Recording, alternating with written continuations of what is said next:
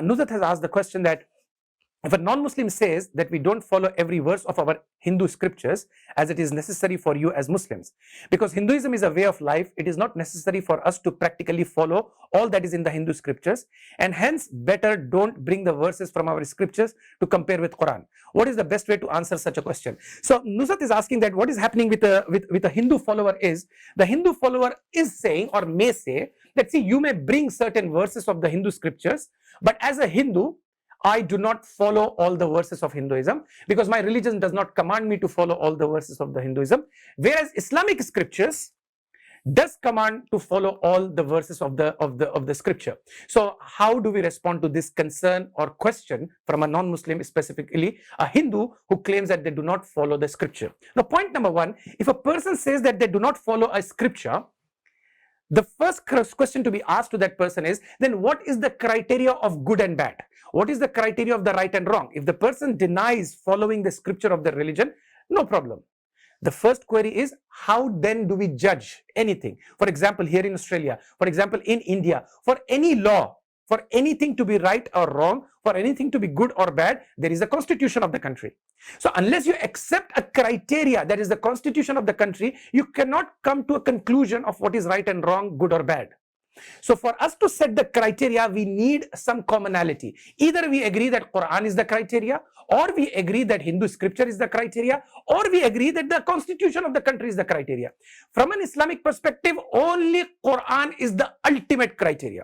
Because Allah subhanahu wa ta'ala said in the Quran that Quran is Al-Furqan. As the name of the surah, Surah Furqan, Surah number 25, as well Allah subhanahu wa ta'ala refers to the Quran as Wal Furqan, that this is Furqan, the criteria to judge between the right and the wrong. So for us, this is the criteria. Yes, but for the sake of discussion with a non-Muslim, whatever their criteria is of good and bad, right and wrong, we are ready to even put that as the scale of discussion. That is why we are bringing up the Hindu scripture. But if a Hindu says they are more willing to discuss beyond Hindu scriptures, then what is their criteria to discuss? So what happens now? There are two possibilities. They may say, well, I as an individual will decide what is right and wrong. So in that sense, what we need to do with them is we need to discuss on a common rationality. What is good and bad acceptable by everybody?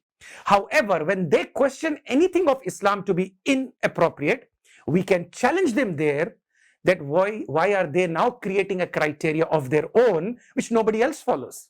See, if I make a new criteria, would anybody follow in Australia or anybody follow in India? Probably not. I may make a constitution that may not be followed by anyone else in the world.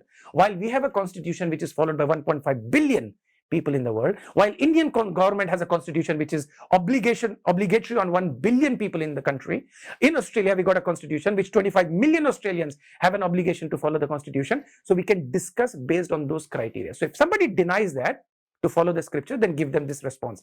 Another aspect of responding to them is that say to them, see, what is Quran saying is very similar to what many other contemporary constitutions and religions are also saying. So what Quran is saying, if somebody challenges it or questions it, then we are saying, as we just discussed about the marriage, Quran permits more than one wife, Christianity permits more than one wife, Judaism permits more than one wife, Hinduism permits more than one wife, Australian constitution permits having more than one sexual partner, Indian constitution permits having more than one sexual partner. So anybody now going against this permission is the odd one, not the Islamic belief.